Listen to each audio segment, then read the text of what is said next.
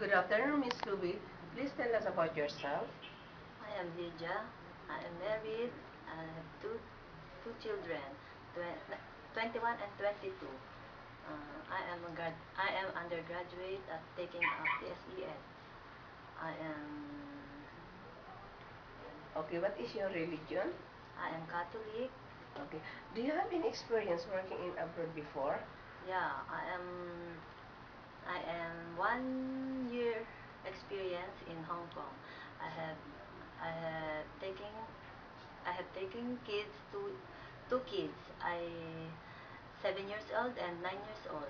Okay. How do you handle in taking care of the two kids? I'm preparing her taking a bath and I'm preparing her foods and I I teach my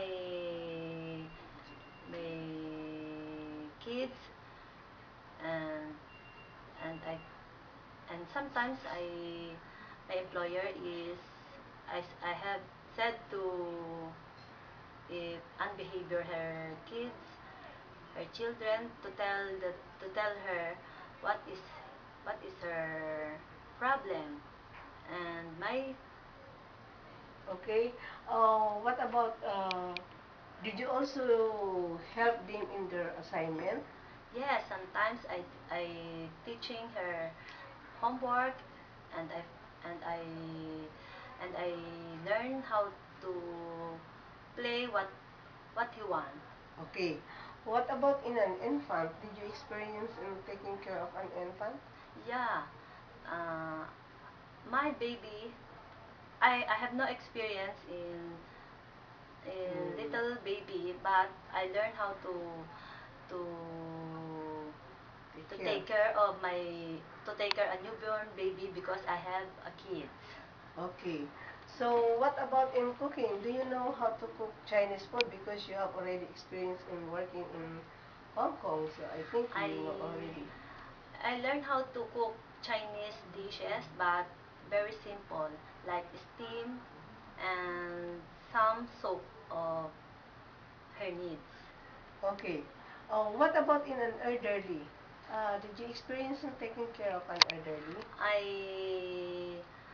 I learned how to take care an elderly because my mom and my dad was have have sick so that I can take care of him. So you're the one who taking care of them. What is the reason why you want to work again in Hong Kong?